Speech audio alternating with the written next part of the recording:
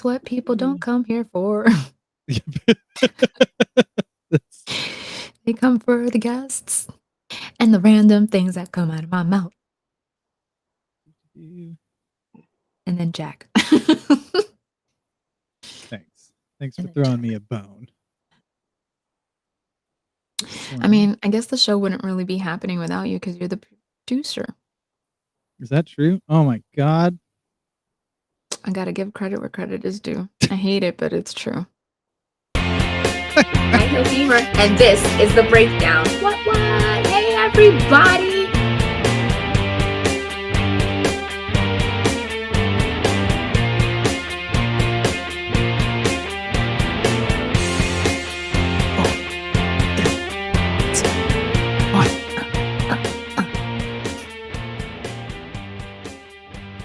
Yes. Well, get away, Jack. It's that time again, except you're hearing my voice for some reason instead of Cat, because Cat is cruel, as we all know. We've established actually during the pre-show. Yep. I am interjecting quickly, I might add, just to give you guys a quick update. We are in the last 7 days of the Black Alpha campaign. So if you have thought about donating, you definitely need to jump in there before it's too late. Where are we at? I'm not going to do the math. We're about $400 something away from reaching 6,000, which is our next stretch goal. Let's do it. If we hit that sucker, everybody gets a free cool beer cozy. Yes. If you haven't backed it, you would not know that a secret mission went out where an alien language was sent with a message, and you actually had to find the translation, like how the decoder. We didn't have a decoder ring, but there's an image that you have to find to decode it, send us the message, and then your name and your rank is added to the Hall of Fame, which will be printed in the book. It's the only way to get your name in the book, so you have to back it just to get. So don't be a loser and back the. I was trying to be nicer, but whatever. I'm sorry. Cat's so don't be a total loser. We have a bunch of awesome rewards, and there is a rumor going around that one of the next stretch goals might actually be to get the very posters which were featured on the show The Big Bang Theory. So Bazinga. This was fun. I liked talking for a minute without somebody like scolding me or tearing me down. No, you did a good job. I'm proud of you. Black Alpha all the way. I'm Team Black Alpha. I'm sorry. I got a compliment. All right. Have fun. That's the only one you're getting. Hi, everyone. I'm Catherine, a.k.a. the High-Heeled Gamer, and it's Wednesday. What? It's time for the breakdown. And guess what? I actually have a guest tonight. I'm not stuck with Jack. Rude. Today, we're breaking down Darling. And with me is one of the writers of the comic book Darling, Michael Flyzak. Boom, baby. Hello. Welcome to the show, Michael. How you doing? Yeah, I'm doing okay. How are you doing? I'm good, thank you. So for those that don't know, Michael is a writer, and Darling is one of his comic books. So, Michael, let's start off with a little bit about yourself. What got you into writing? I don't know. I guess I kind of fell into it. It's weird. It's like one day you kind of wake up and you realize that you're doing enough freelance and writing and actually strung enough stuff together that I guess you're a writer. I don't know. It's not like something I really went after. Usually my co-writer Todd, when he appears on stuff with me like this, he usually tells the story much better. He's has a flair for the dramatic. He's much better at this kind of stuff. But yeah, I don't know. I don't even know why I chose comics really, other than Todd and I both kind of share a love for comics. We started out actually writing plays, and I don't know. We started talking about comics and thought that kind of this thing I wanted to explore. I'm sure we'll get into about the death of my brother. Kind of took on a life of its own in comics. I don't know. It seemed like it made sense for some reason. It gives us the most control, I think. Because in comics it's just you and a writer and someone who's drawing, as opposed to, I don't know, you need to put on a play and do a whole bunch of actors. You need to write something for television, and then you got to run it through a process where people are like, oh, one change. So I wanted to keep it incredibly personal as much as possible and make sure that we had total creative control. And that's kind of what we found in the comic and with when we partnered with Source Point Press. And for those that don't know, the Todd that he is referencing, that'd be Todd Hunt, his co-writer in That's right. Darling. Is he your business partner as well? No, we're just friends who write Just friends? together. I mean, I guess if we ever make any money, we'll split it. But we don't really look at it like a business. It's just kind of like a fun project we started working on, and then we kind of like blitzed Comic-Con 2 years ago, New York City Comic-Con, just handing out like mock-ups that we did, and Source Point kind of got back to us like a year later, out of the blue, just being like, hey, we're still interested if you want to make this. And we're like, what? They're like, we're just letting you know we're shutting down this submission email address because we're merging with another company. And I was like, okay. So I submitted to another email, and then they're like, great, let's make it. And I'm like, that was easy. After I thought it was dead for like a year or whatever it was, we kind of just shelved it, and we were like, maybe it'll come back one day. And it did. It's crazy. Oh, wow. So some of the screenplays that you've done, is that also in New York as well? Are you based out of New York? Or you just Yeah, we're used both to right be outside from? the city. He's in Oh, okay. Long Island, and I'm north of the city. Yeah, we just wrote a couple. They're actually stage plays, and they were put on by small local theaters, which was cool because we kind of got to hammer out a lot of the I don't know how to write. I guess how to write dialogue for characters. We kind of sharpened that axe writing plays. I suck at it now and live. I'm much better on page. I'm a rambling idiot here, but if I had a chance to edit and go back, I could probably cut this up into something interesting. Someone's asking me, would I say that it's my calling, writing? I don't know. I don't know. That's a good question, Sean. I have no idea if it is. Do you think do you have a calling, or are you just like a jack of all trades kind of a thing? Like you like to Yeah, dabble in a little bit of everything? I kind of like to do a little bit of everything.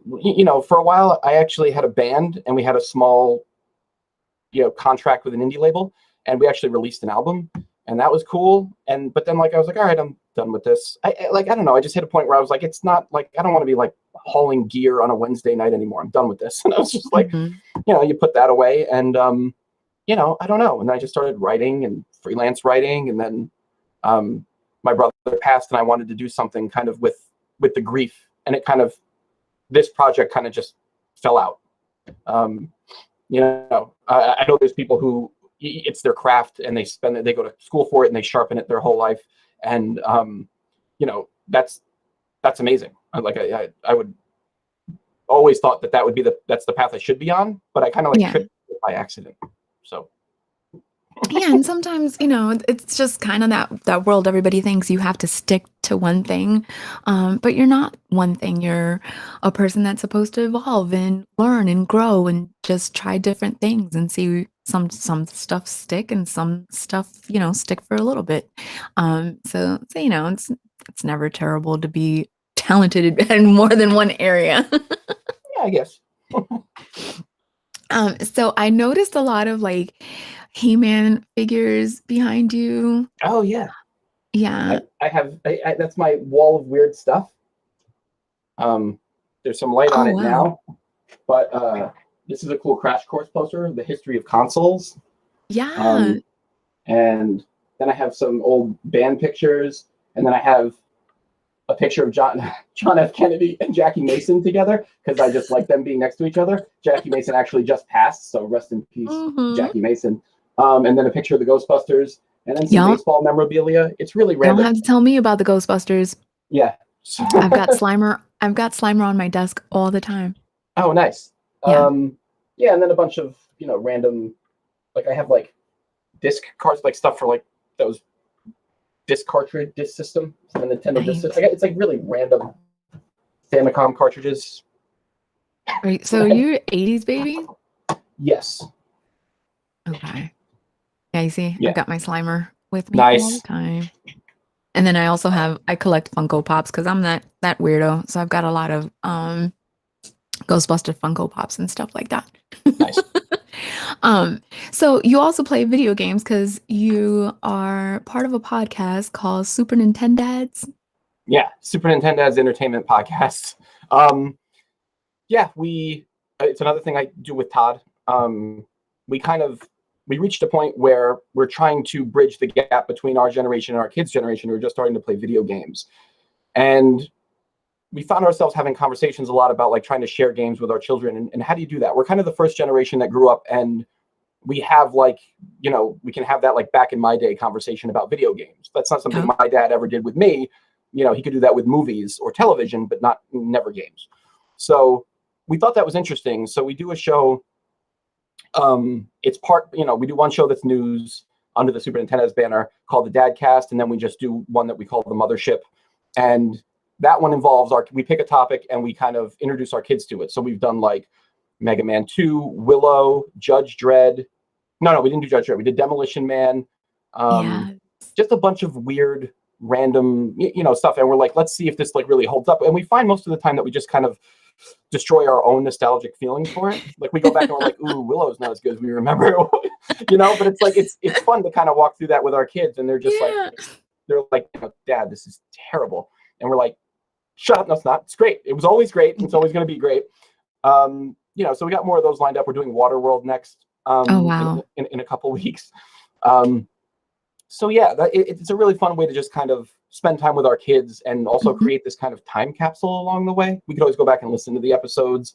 When we started about a year ago, Todd has his son on the show a lot, and it's just funny. You listen to him now versus a year ago. It's just how much they grow up, and it's kind of cool just to go back and listen to old shows. So, I mean, we're we're happy to do it.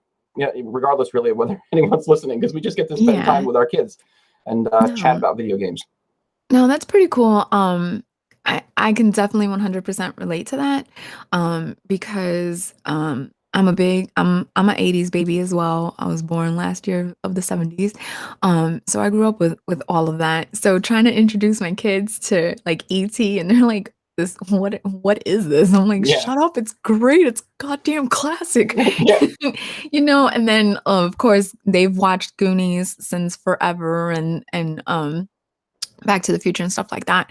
And we try to introduce them to Beetlejuice, and that's when my daughter, who was I think 17 at the time, she was just like, did everybody like just not care in the 80s? I'm like, shut up, this stuff is great. Like, shut up. Like, I don't understand what you're saying right now.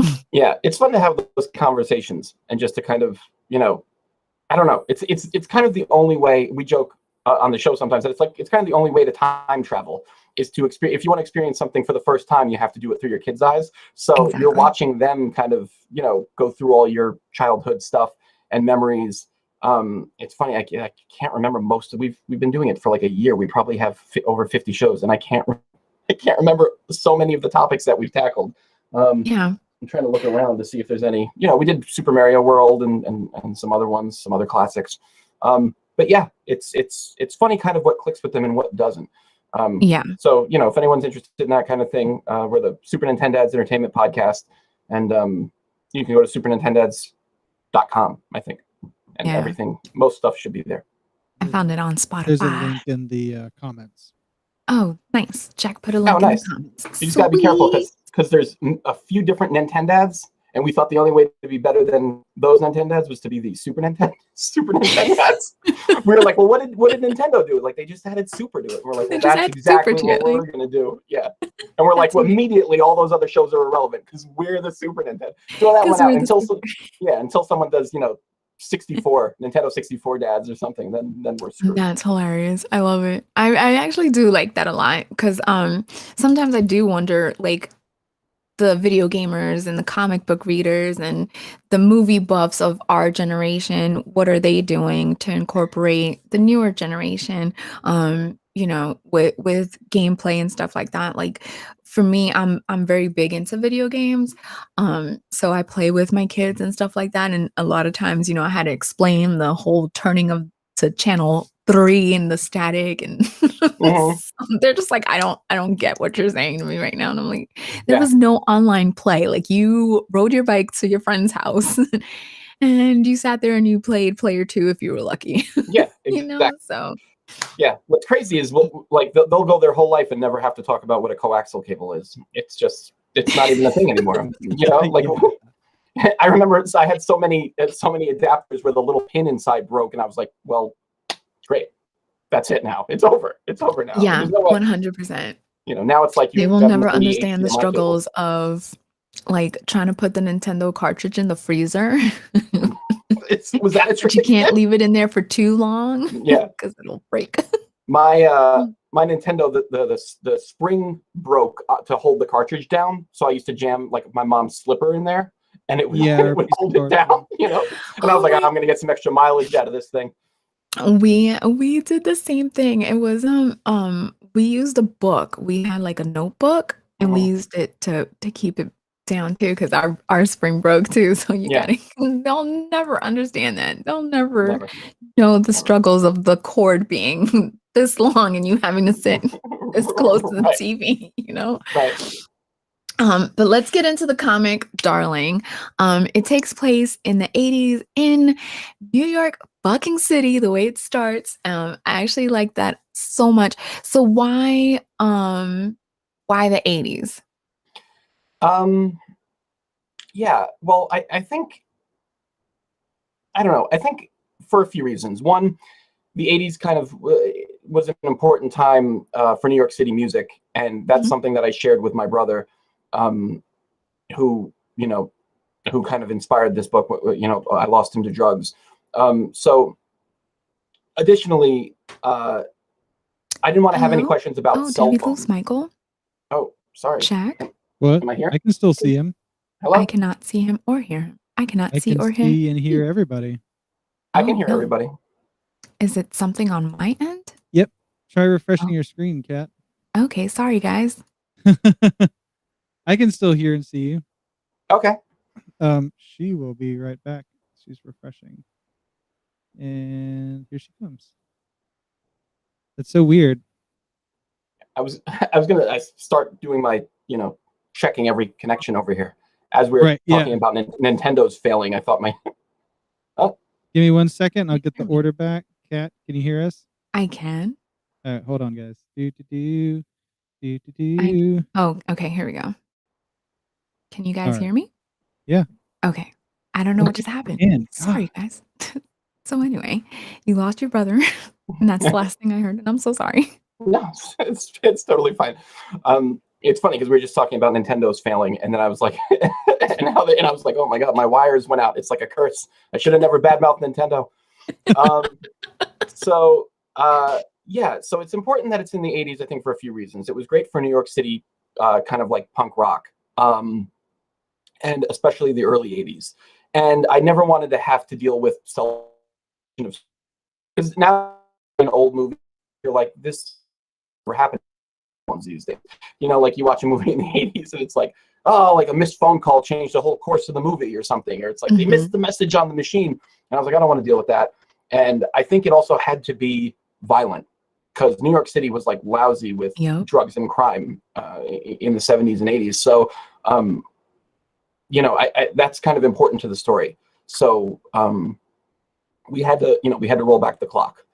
I think to tell the story we wanted to tell and to have it make sense. And I think also to complement the art's done by Dave Mims. He's amazing. And I think to complement his style and kind of work with the New York City, like dirty graffiti feeling, Yep. it really sits well in the 80s. I was actually just gonna I have that here as well, the graffiti art look to it. Um I definitely like that a lot. So I grew up in the Bronx Oh, in New nice. York, right in the heart of it. My grandmother lived a block away from Harlem, so you cross the street, go down the street, and you were in Harlem. So a lot of that art style, even the subway in the first page, like took me right back to all of that as well. And I did want to give props to your artist because yeah, like that's the subway does not look like that anymore. No, it doesn't. It doesn't. So I definitely wanted to give props to the artist because it definitely helped add to the feel of I was in the 80s type of thing. So it Yeah, definitely can you say his name one more time, please? yeah. It's Dave Mims. He's Yeah. he's he's incredible. I think he's every bit as responsible for creating this world as the written word on the page. And he has like a really great instinct. It didn't take long.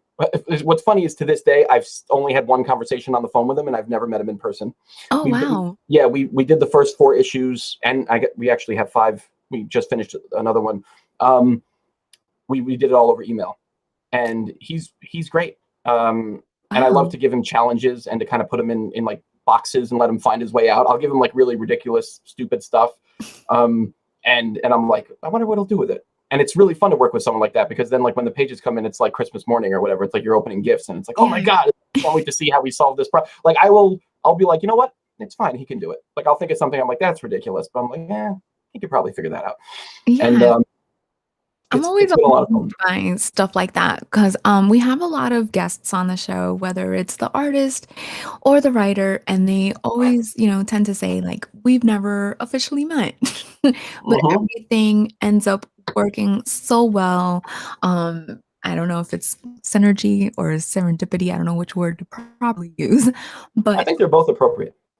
It definitely, always, it kind of felt like he was there with you guys, because what you and Todd have written, I don't know how much Todd wrote and how much you wrote, or if it's that you write and Todd like edits. So I don't know how much. I know it's your brother's story, but I didn't know how the work was split.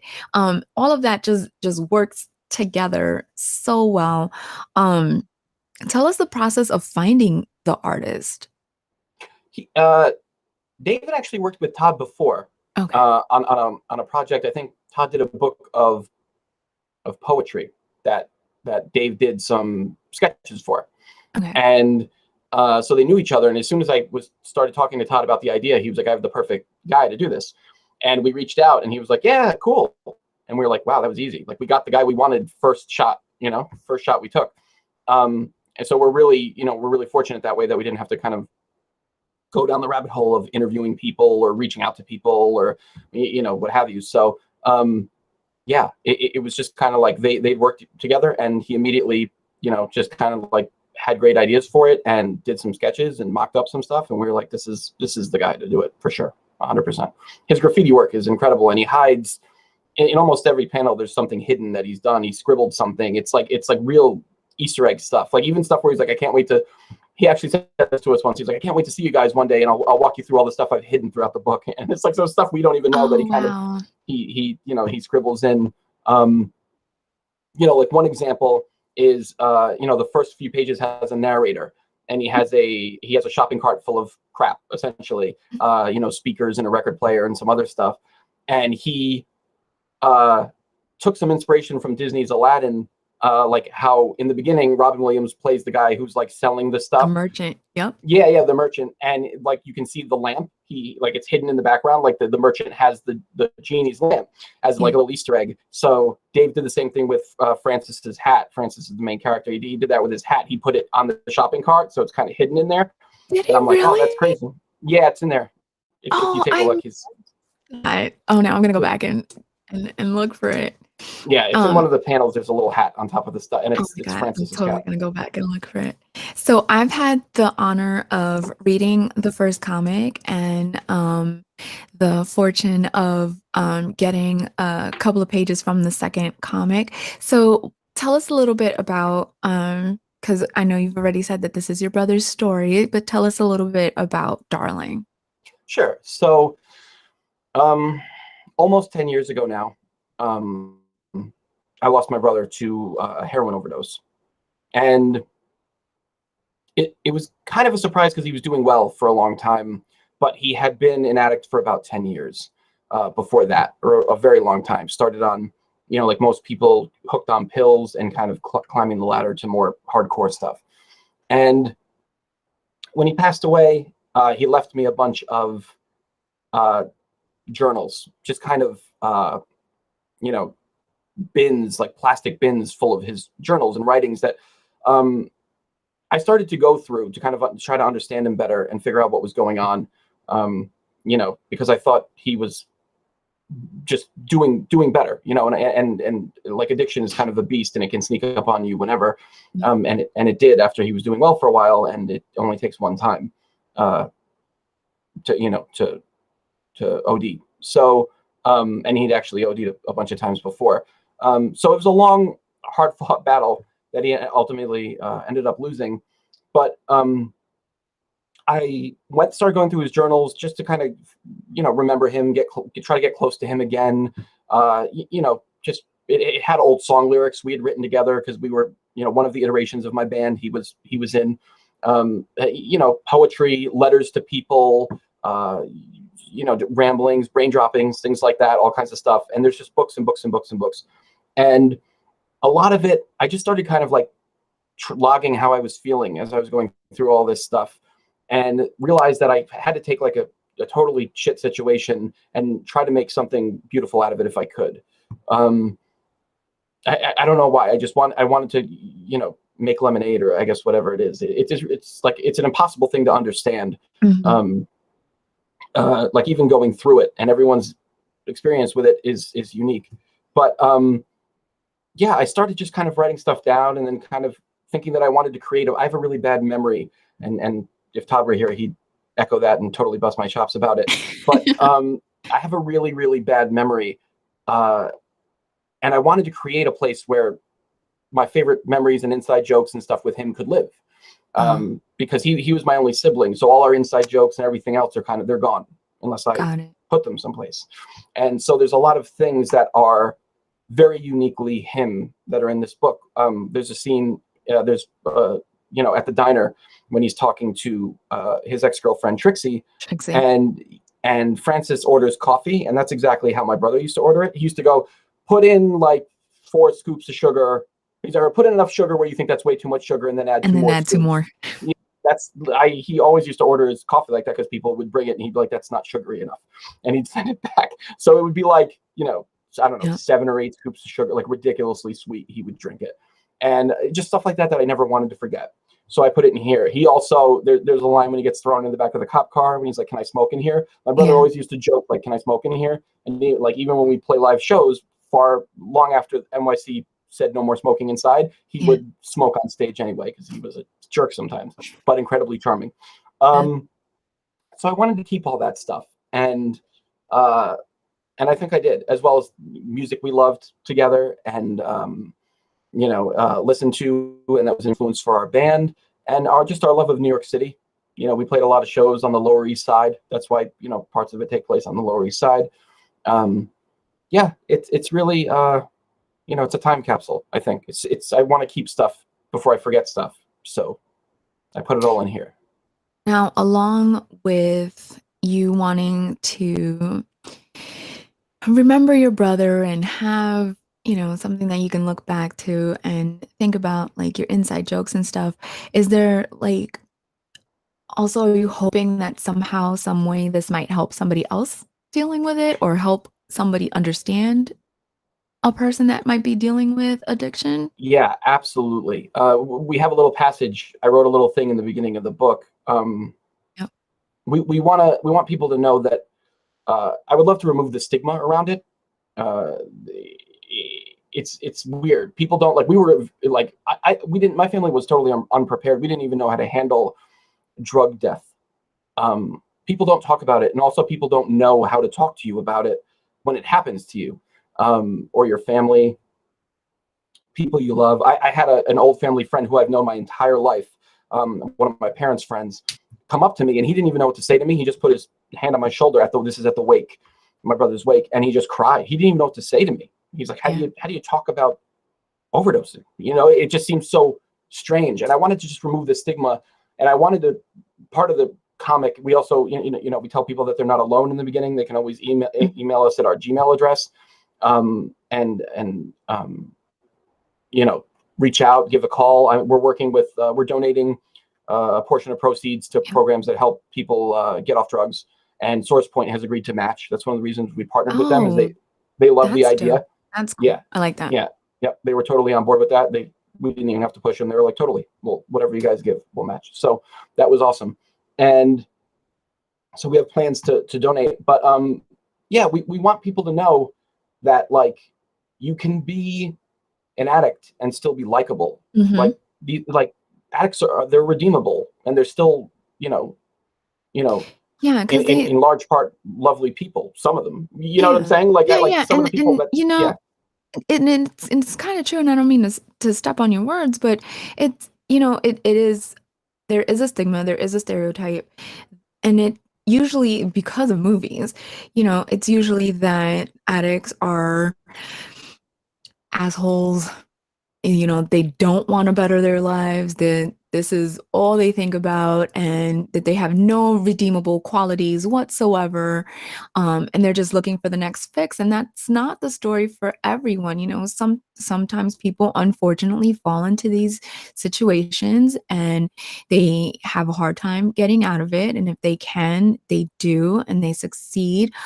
Or something happens and I kind of equate it to like suicide and mental health depression. Everybody's story is different. There are not all the same thing. And I think that's one of the things that I really liked about this comic. One, it was the forward for the forward or the forward to the forward. I forget how you guys put it, the forward to the forward. Yeah.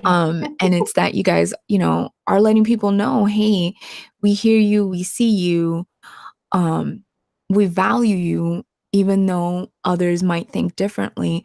Um, was it hard to put together this comic, not only in honor of your brother, but to help others too? Or were you not just thinking about that part just yet? You were just like, no, I want this story out first and then this. Yeah, I don't know. It's funny because I, I don't really think I ever know what I'm doing. I think I just kind of cannonball forward. And I did realize at some point along the way that we should help people, and that would be a lovely thing to do in my brother's memory, and kind of make me feel. I've told this story before, but at his wake, it started. The wake started in a very small room, and more and more people showed up, and he was very popular, both in around town where I live, and in high school, and on in college. He was actually a star athlete, and so a lot of people just started to show up that I'd forgotten about, I hadn't seen in years, and they had to open another room to fit all the people. And Wow. I was like, oh, that's really sweet. But then I was totally blown away by the fact that buses showed up from rehabs he had stayed at and like halfway houses, because people wanted to come and pay their respects and just meet me, because my brother used to talk about me all the time, and they wanted to just be like, hey. And what's incredible is that they were like, hey, your brother taught me like how to play guitar. And I was like, oh, that's crazy. Wow. He's like, hey, your brother and I, we were working on this project, we were doing this thing. So like, even when he was down and out, he was still kind of charismatic and connecting with people and influencing people and making other special. Memory, try to these places that are helping folks out. I don't know when that fell in, but it was definitely before we finished the book, because I remember that being specifically in our pitch letter to everybody, that when we handed out all the books, we were saying like, hey, and to do our small part, for change and for recovery, we're donating a portion of our proceeds and creator proceeds to charity. And SourcePoint was not only on board, but they went as far as to match. So that was cool. But yeah, it was definitely something we always wanted to do. We're not really in it to make money. I don't know, other than like the biggest people in comics, if anyone's making a ton of money. So we just kind of do things. I don't know. It's funny. I think about the Joker and the Dark Knight. We just do things. I don't know. It's we don't really think about it. Like we were like, hey, we woke up when they were like, let's write a play, and we're like, is anyone going to put it on? I'm like, I don't know. And then like we found a small theater troupe to put on a play we wrote. It's just stuff like that. It usually works out for us in some in some small way. So that's cool, and it's just fun to create stuff and make stuff. So So you said 5 books so far, and they're all based on Darling. Yeah. Now, was that your brother's name, if you don't mind me asking? His name was Frank, but his stage name when we played music for many years was Francis Darling. And the reason he called himself Francis Darling is because I think he liked the idea of the Darling children from Peter Pan, and he liked the idea of going Oh, to Neverland and never growing up. So that was in his writing, in his poetry, in his song lyrics, and part of his persona, which that fantasy element and that kind of Disney magic definitely influences this book in a very large way. That I only realized probably looking back at it after we had, gotten through 3 or 4 issues. I didn't really set out to do that right away, but I think it's pretty obvious.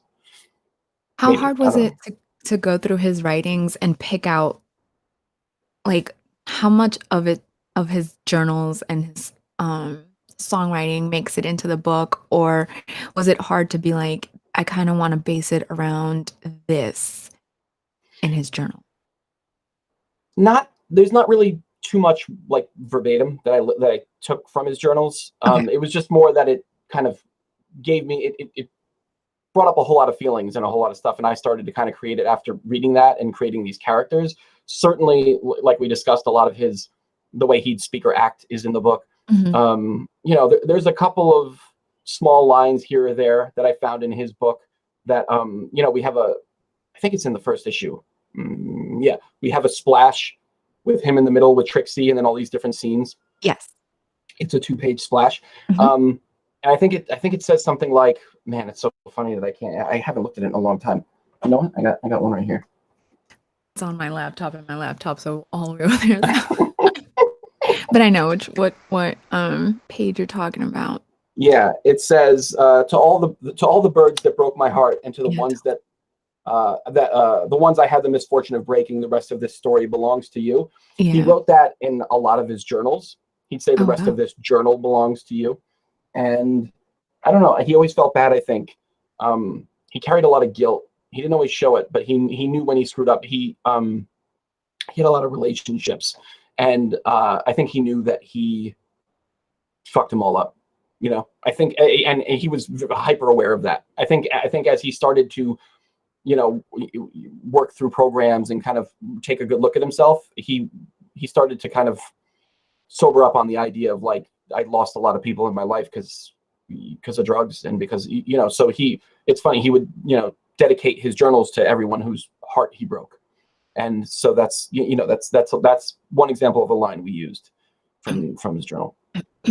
Yeah, and this Journals. had I not read like the forward for the forward and the dedication thing, this character is very real, and I definitely could see him being a real person. So knowing that that he was a real person, and to an extent is still living through these pages, it's very moving, it's very deep. I haven't felt this. I guess I shouldn't really say it, but I haven't felt this excited about a comic book in a very, very long time, Oh, good. because it's so different, you know what I mean? You're used to reading the superheroes and their bullshit problems, um, and then you find a hero in his own right, I guess, that you can relate to, whether you're an addict or not. You can just relate to life's fucking downfalls, you know what I mean? Yeah. Um, so he felt very, very real. And so tell us about how your family, oh, if you obviously you don't have to answer these questions, but like how did your family feel about you, in essence, recreating your brother in comic book form? Oh, they've been very supportive. Okay. Yeah, everyone's, my parents, they're very proud, especially of, the donating, obviously, Mhm. and we'll donate as much as we can because, like I said, we're not really, no one's looking to buy a mansion off this thing, or rent an apartment off this thing or whatever it is. Not in New York. Yeah, no, absolutely not. So, they've been incredibly supportive, and it's funny is that I gave the first 100 pages to my dad, and he read through it, and he's like, yeah, he's like, that's cool. He's like, I don't really understand what's going on. And he's like, and I'm not really sure how to read it. He's like, it's kind of difficult to find. I'm like, yeah, well, thanks for trying, Dad. I appreciate it. But yeah, they've been great about it. Very supportive. Everything post or say about it online. You'll always find that comment from my mom or something. It's like, so that's been cool. It hasn't been. I think it's been more therapeutic and helpful than it hasn't been damaging in any way. Good. I'm very glad to hear that, and I was hoping you would say that because, like I said, it's I told I told Jack, I was like, dude, this is deep and I love it. And it's so weird, it's like so deep. And I love it. Which he always laughs at me because before a show I'm usually like, I hate this shit, but here we go. Or I love this shit, but here we go. Every So he was show. happy. He was happy to hear that. That I enjoyed it. I'm looking at my notes. I took a lot of notes on it as well. So, oh yeah, the little titles before certain sections in the comics, I thought that was pretty genius. It's kind of like its own chapter title. Why did you decide to go that route like that? I think it's because I don't know how to write comics. Seriously. That's the most honest, best answer I've ever had to anything ever. I have to block things out in my head that way, and I think thematically, and I move in waves. So when putting things together, it helps if I kind of have it all fall under a title, or if I can wrap it up in a feeling in a couple words. It helps kind of keep me on track when I'm writing and editing. So we're pretty consistent with that. I think we have plans to do. We've done that in every book, including the new one, which that we just wrapped, and the one that we're currently working on. So that doesn't go away. But yeah, I think it's just because I'm not familiar. I mean, obviously I have a lot of comics and I read comics, but I've never made a comic. So I don't know. At times it makes me an idiot, but at other times it makes me incredibly dangerous. And maybe there's no difference between the two, It's a thin line between that difference. I'm an expert. I can tell you that it's a thin line between genius and psychotic. But I actually don't remember ever seeing anything like that. So I actually found it like a pretty cool surprise. I read both comics and regular books. So I kind of thought it was, it actually really did catch me. Like the first time I saw it, I was like, like it didn't throw me off. But the second time I was like, oh shit, these are fucking chapter titles. Like that's dope. Like I like that a lot. I thought that was clever, and it definitely, has made you like stand out. And I forget things easily too. It's made you stand out as far as, oh no, that comic book had chapter fucking titles, man. Like it's really dope. I definitely do like the graffiti art. Like I said, it's definitely transported me. And then the big news today, book 2 has launched. It's released. Tell us a little bit about book 2. Okay, so the world really opens up in book 2. Here's the thing. Todd and I wrote 100 pages, and we were going to do it in 4 or 5 books, like big books that we just wanted. And Source Point was like, yeah, great. Like the only thing we want to change, they didn't change any content. They were like, we only want to release it for printing purposes and for money purposes, because everything comes down to numbers. They were like, can you please break it up into issues? And we were like, no, but we'll try. And we found, funny enough, that we had a lot of natural stopping points and ups and downs, kind of like, we're like, ooh, we could stop it right there. And that doesn't seem too jarring, like, so it kind of worked out. We only had to do about 2 or 3 new pages, I think, to kind of like intro the new books, but when we broke it from 1 to 4. And that's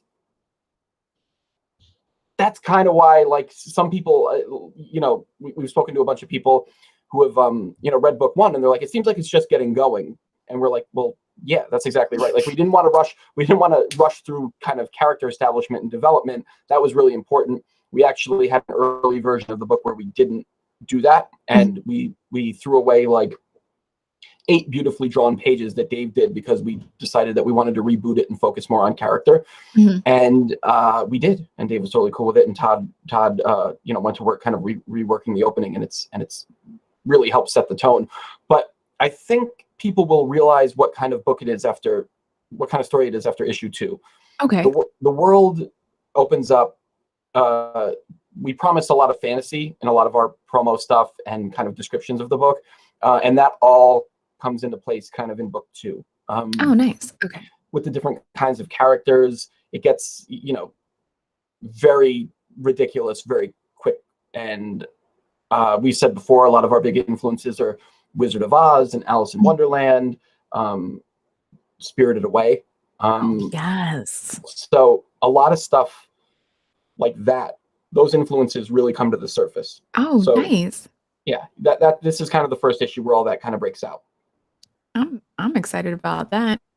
I'm gonna be looking into it because it I should be a wanted good, more. And I was like, no, not just going 6 right into pages. issue 3 and 4. Why? It should make a lot of sense.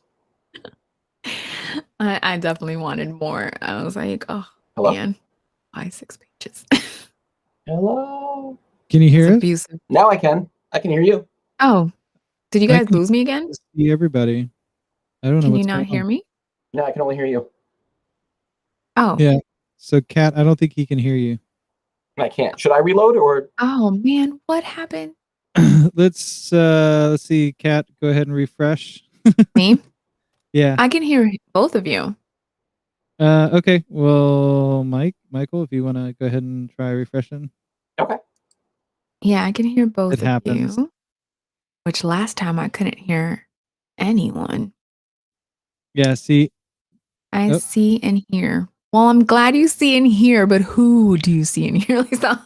Everyone. It's his messages. I hear and see everyone. Oh, sorry. Sorry, Zach. Love you lots. Sorry. Sorry, Zach. Great. Now I owe him a So can you drink. hear everybody? I can hear everybody. Cool. Yay. Hey. That I was saying that when you said that the world opens up and it's like Spirited Away and Alice in Wonderland and Wizard of Oz, I was saying Great that that's movies. exciting and I can't wait to continue reading it because I only got 6 pages for the second book and I was like, no, I want more.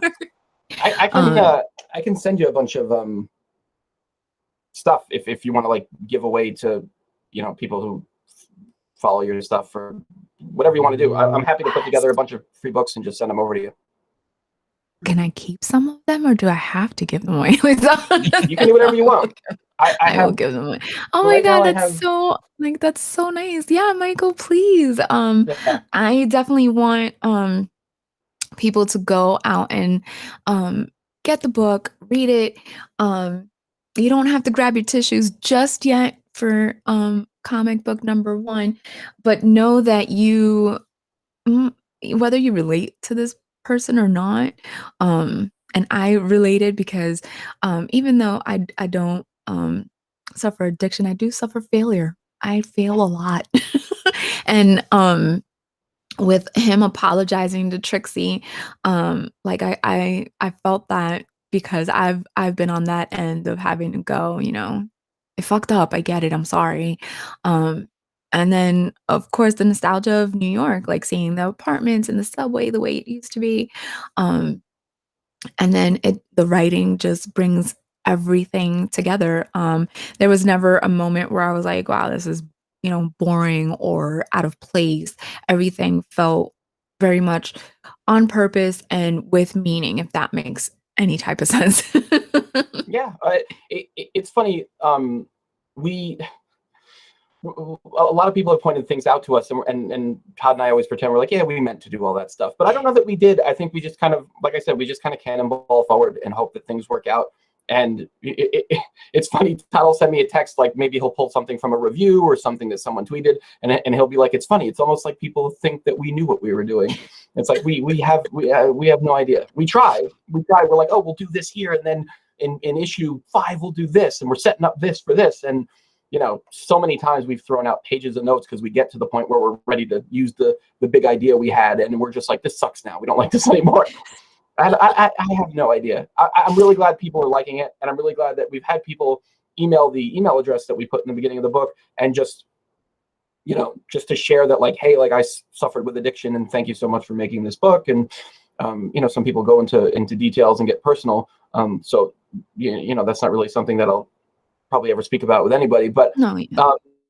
It's interesting, and I think it's connecting with some people, which makes me happy, because that was kind of the whole point, was like, hey, you can always email us, like, no judgments. Like, like, I think it's nice for people to just kind of chat with people, and we're here for whoever needs anything. And we can also, one of the places we're working with can help, hook people up with recovery, no matter where they live in the country.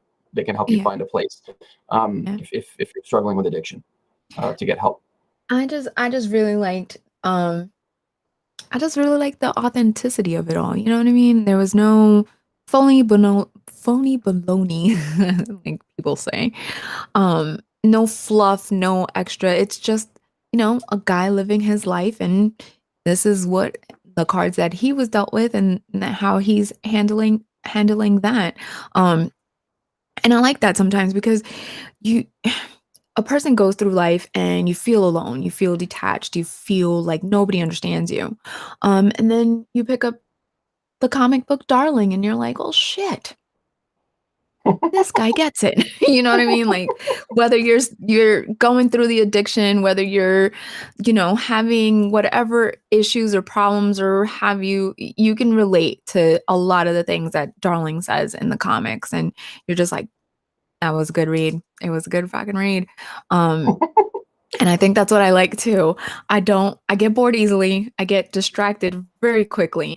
Um, and I was definitely engaged and engrossed, and I wanted to know more. I was like, where's he going next? Like, what's happening next? Like, I didn't need spaceships or mystical creatures unless that happens on, if he's like high or whatever, that makes sense. It's, with purpose. Everything is done with purpose in this story, and I like that a lot, and I appreciate the fact that it's real and it's gritty and it's honest, if that all makes sense as well. Yeah, that makes perfect sense. I think so. What starts to happen, as the story moves on, is, so this is every bit, it's to kind of celebrate things I loved about my brother, but it's also kind of me working through grief in real time. Mhm. As I go through things, and it's weird. Like, kind of where I'm at in my life definitely affects the story, and where I'm at, like, how I look back on him, how I interpret things. Do I have anger towards things? Do I have love and sympathy or empathy for things? So it gets really weird. It starts to become, you know, uh, and I don't know, for better or worse. I mean, I could I could come back on the show, after the first arc is done, after issue 4, and you might decide to just light me up for it getting totally freaking ridiculous. But it's We'll find out and after you'd I read be, issue 4. Lisa. yeah, you'd be totally within within your right to do so. It gets, it's a weird story, but in some ways it's kind of the only one I can tell. Yeah. It's the only one that makes sense. Like, there's nothing that was engineered to manipulate people or do things. Certainly a lot of, like, what I feel is expressed through how I live with it now, losing my Mhm. brother, and some of the scar tissue is expressed in Trixie. Um, that's also, she's also representative of every relationship he's probably ever ruined. But it's weird. And I don't know. Like I said, it's because it's so raw and real, and an expression of me working through shit. I don't know that I could have done it any other way. So sometimes when we stick the landing on stuff, I'm like, that's great that worked out. That's just kind of how I felt about it. Yeah. So maybe that's, just kind of how things work out.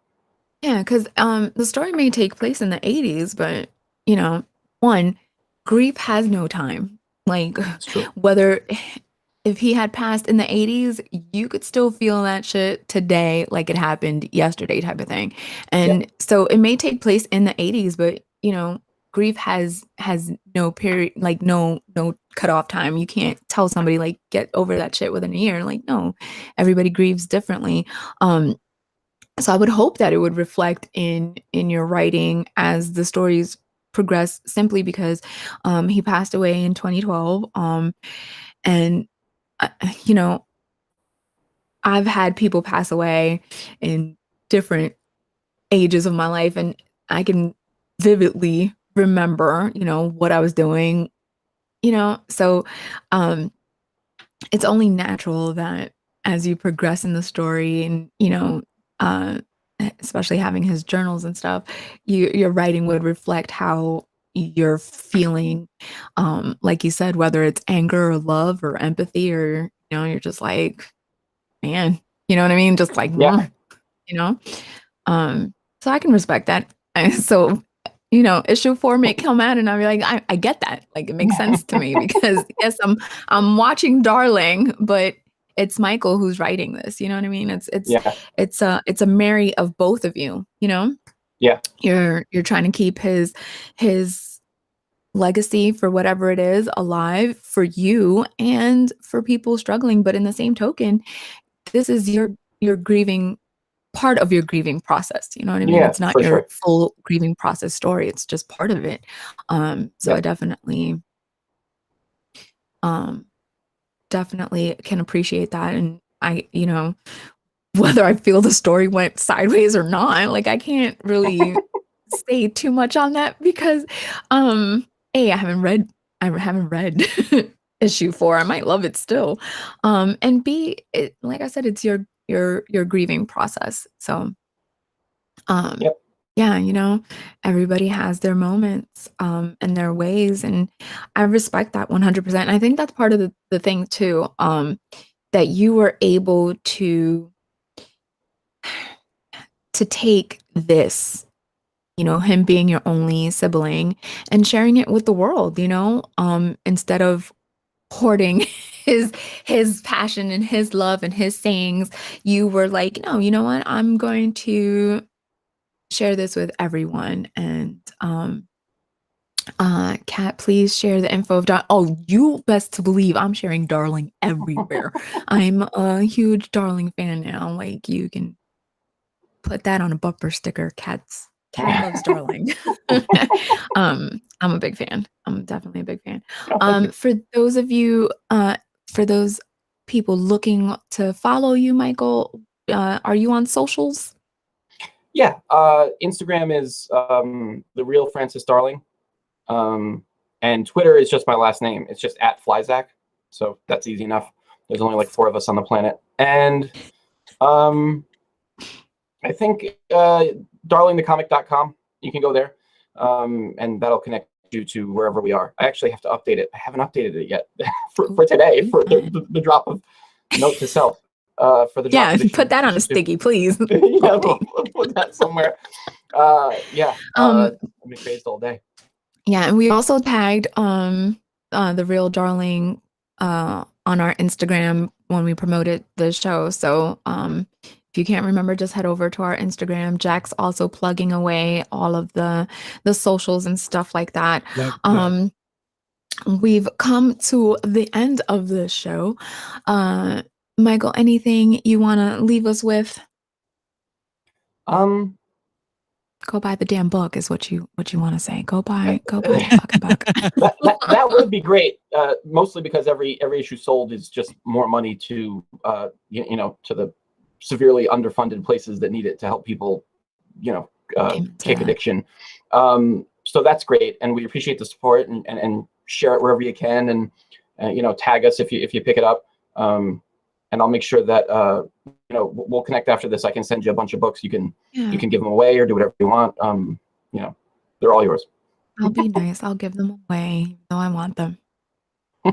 Well, you can keep. I'll give you enough that you can keep a couple. You can do whatever you want. I just have stacks of them here. I don't know. The Source Point sent Michael, me a bunch you of have stuff. become my favorite guest. You have debunked somebody. I'm not saying who that person is, but you've debunked them. Okay, great. All the other guests step up. No, I'm just kidding. I'm just kidding. Just kidding. But Michael, it was a huge honor and a great pleasure getting to talk to you, getting to know Darling. We're definitely going to have you come back, hopefully with Todd. Yeah, for sure. If he would stop dodging my emails. I'm just kidding. I'm just kidding. Todd actually is doing something. He's busy. So definitely go out and get Darling. Issue 2 dropped today. Go get it. Black Alpha's only got a little bit of time left on Kickstarter. If you're not getting Darling, if you're not backing Black Alpha, don't come back to this channel because you have officially made an enemy out of me. That's all I'm saying. Go to WTFcomicbooks.com for more information. I had a blast. I love you guys. See you guys next week. Bye, everyone. Go get the 10 books. Do it right now. Stop watching the end credits. Go to Black Alpha Kickstarter. Go to Darling Comics. I think that's what he's name. The links are in the freaking description, people. Why are you not ordering? Why are you still here?